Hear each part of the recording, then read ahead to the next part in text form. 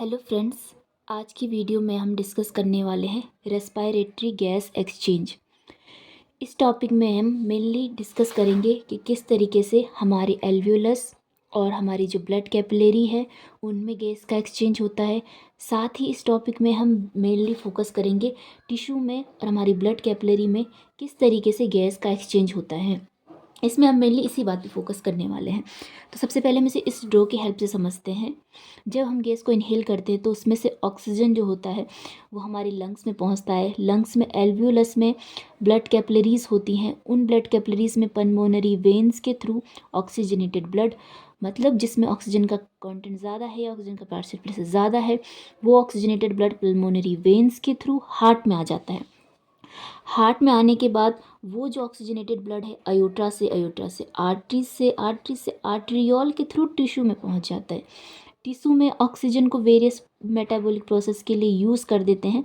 उसके बाद जो होता है, इन मेटाबॉलिक प्रोसेस के थ्रू CO2 गैस निकलती है। CO2 गैस टिश्यू से होते हुए हमारी ब्लड कैपिलरीज में आती है। तो उसका जो पाथवे होता है वो वेन्यूल्स होता है। वेन्यूल्स से वेन्स, वेन से फिर inferior when, superior vena cava के थ्रू हमारे हार्ट में पहुंच जाती है। और ये जो ब्लड होता है वो डीऑक्सीजनेटेड ब्लड मतलब उसमें CO2 का अमाउंट जो है वो ज़्यादा है और ऑक्सीजन का कम है।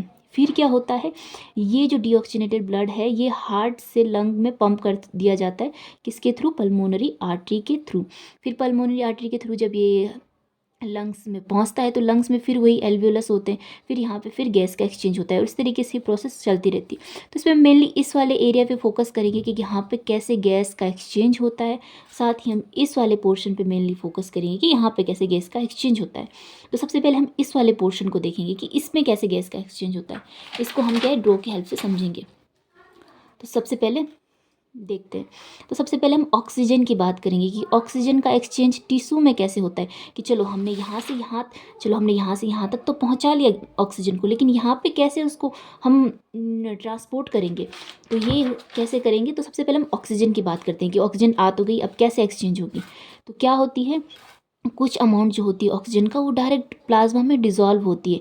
वो प्लाज्मा में डिज़ोल्व जो ऑक्सीजन होती है वो डायरेक्ट इंटरस्टिशियल फ्लूइड में आ जाती है और इंटरस्टिशियल फ्लूइड से डायरेक्ट टिश्यू में आ जाती है। लेकिन ये अमाउंट बहुत कम होता है।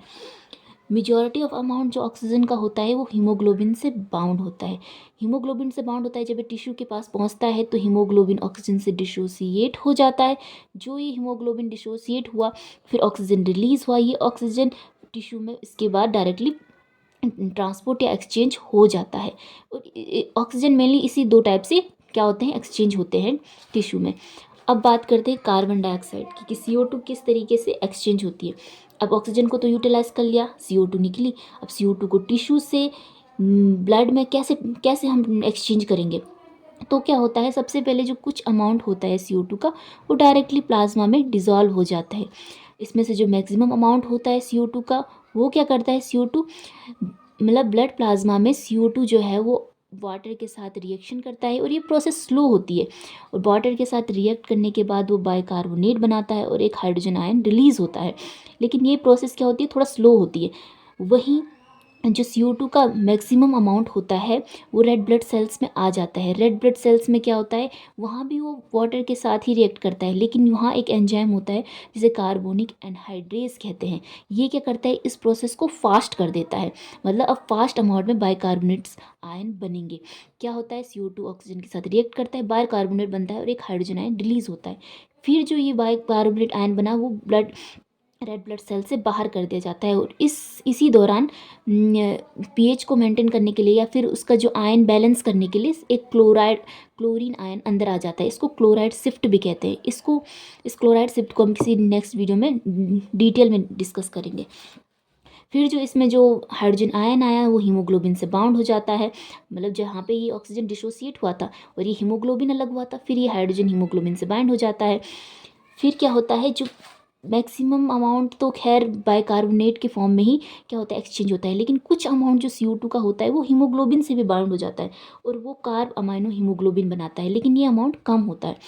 सो इस तरीके से क्या होता है कि जो ऑक्सीजन और कार्बन डाइऑक्साइड है उसका एक्सचेंज हो जाता है किसमें, टिश्यू में। अब हमने देख लिया कि हाँ, यहाँ पे हमको पता चल गया कि किस तरीके से टिश्यू में एक्सचेंज हुआ, फिर वहाँ से वो हार्ट में पहुँचा, हार्ट से फिर लंग्स में। अब हमें देखना है कि यहाँ पर किस तरीके से गैस का एक्सचेंज हो रहा है, तो इसको भी हम एक ड्रॉ की हेल्प से समझेंगे। तो अब हमने कहा कि देखो, हमने गैस इनहेल की, ऑक्सीजन इनहेल किया। अब ये ऑक्सीजन क्या होते हैं, बहुत कम अमाउंट जो होता है उसका, वो क्या होता है, डायरेक्टली ब्लड प्लाज्मा में आ जाता है। फिर जो ऑक्सीजन थी वो एल्वियोलस में थी, उसमें से जो मैक्सिमम अमाउंट होता है ऑक्सीजन, वो क्या होता है, रेड ब्लड सेल्स के अंदर आ जाता है। रेड ब्लड सेल्स के अंदर क्या होता है, ये ऑक्सीजन जो है ये हीमोग्लोबिन से रिएक्ट कर देता है। हीमोग्लोबिन से जो हमारा आगे हाइड्रोजन से हीमोग्लोबिन बाउंड था, उसमें से हाइड्रोजन निकल जाएगा, फिर ये ऑक्सीजन हीमोग्लोबिन से बाउंड कर लेगा। फिर जब ये हीमोग्लोबिन से बाउंड कर देता है तो ये ऑक्सी हीमोग्लोबिन बनाता है। फिर मैक्सिमम अमाउंट जो होता है ऑक्सीजन का, वो ऑक्सी हीमोग्लोबिन के फॉर्म में ही ट्रांसपोर्ट होता है। फिर क्या था, अब ऑक्सीजन का तो हमें पता है दो ही टाइप से था। अब CO2 कैसे, जो हमने जो टिश्यू में CO2 निकली थी उसको कैसे अब ब्लड से हम एल्वियोलस में पहुंचाएं ताकि हम उसको बॉडी से बाहर कर पाएँ। तो इसमें कैसे एक्सचेंज होता है, कुछ तो हमें पता है कि हीमोग्लोबिन क्या होता है, कार्बन डाइऑक्साइड हीमोग्लोबिन से बाउंड था, वो कार्ब अमाइनो हीमोग्लोबिन बना रहा था। उसमें क्या होगा कि हीमोग्लोबिन CO2 से डिसोसिएट हो जाएगा और फिर जो ये कार्बन डाइऑक्साइड है वो एल्वियोलस में चली जाएगी। उसके अलावा जो मैक्सिमम अमाउंट ऑफ CO2 था वो बाइकार्बोनेट के फॉर्म में था, हमने आगे देखा था। इसमें से क्या होता है कि जो कुछ तो जो बाइकार्बोनेट्स होते हैं वो प्लाज्मा में ही होते हैं, तो क्या होते हैं, वो हाइड्रोजन से रिएक्ट करते हैं, CO2 और वाटर बनाते हैं। तो CO2 जो होता है, जो प्लाज्मा में होता है, वो डायरेक्टली एल्वियोलस में आ जाता है। लेकिन जो मेजॉरिटी ऑफ बाइकार्बोनेट्स हैं वो रेड ब्लड सेल में आते हैं। रेड ब्लड सेल में क्यों आते हैं, क्योंकि वहाँ एंजाइम है, कार्बोनिक एनहाइड्रेज, ये इसकी प्रोसेस को क्या कर देता है, फास्ट कर देता है। फिर जब वो बाइकार्बोनेट रेड ब्लड सेल के अंदर आएंगे तो फिर वही क्लोरीन बाहर चले जाएगा आयन बैलेंस करने के लिए।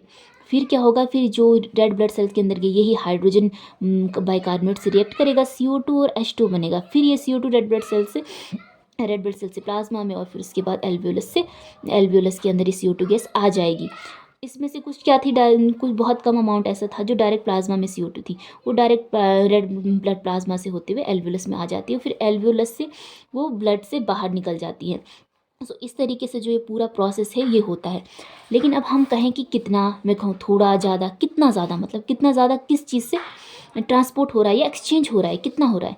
सो जो ब्लड डिज़ोल्व थी प्लाज्मा में, CO2 जो डिज़ोल्व थी प्लाज्मा में, उसका एक्सचेंज कितना हो रहा था, प्लाज्मा के थ्रू जस्ट 10% हो रहा था। यहाँ मैं कह रही थी कि प्लाज्मा से जा रही है तो केवल 10% ही होती है जो डायरेक्ट प्लाज्मा से जाती। उसके अलावा जो हीमोग्लोबिन, यहाँ कहा था कि कार्ब हीमोग्लोबिन था, कि जो कार्ब अमाइन हीमोग्लोबिन था जो कार्बन डाइऑक्साइड हीमोग्लोबिन से बाउंड थी, वो केवल 20% के फॉर्म में ही क्या होती है, एक्सचेंज होती है। जो मैक्सिमम अमाउंट बाइकार्बोनेट के फॉर्म में ही कार्बन डाइऑक्साइड का एक्सचेंज होता है वो होता है लगभग 70%।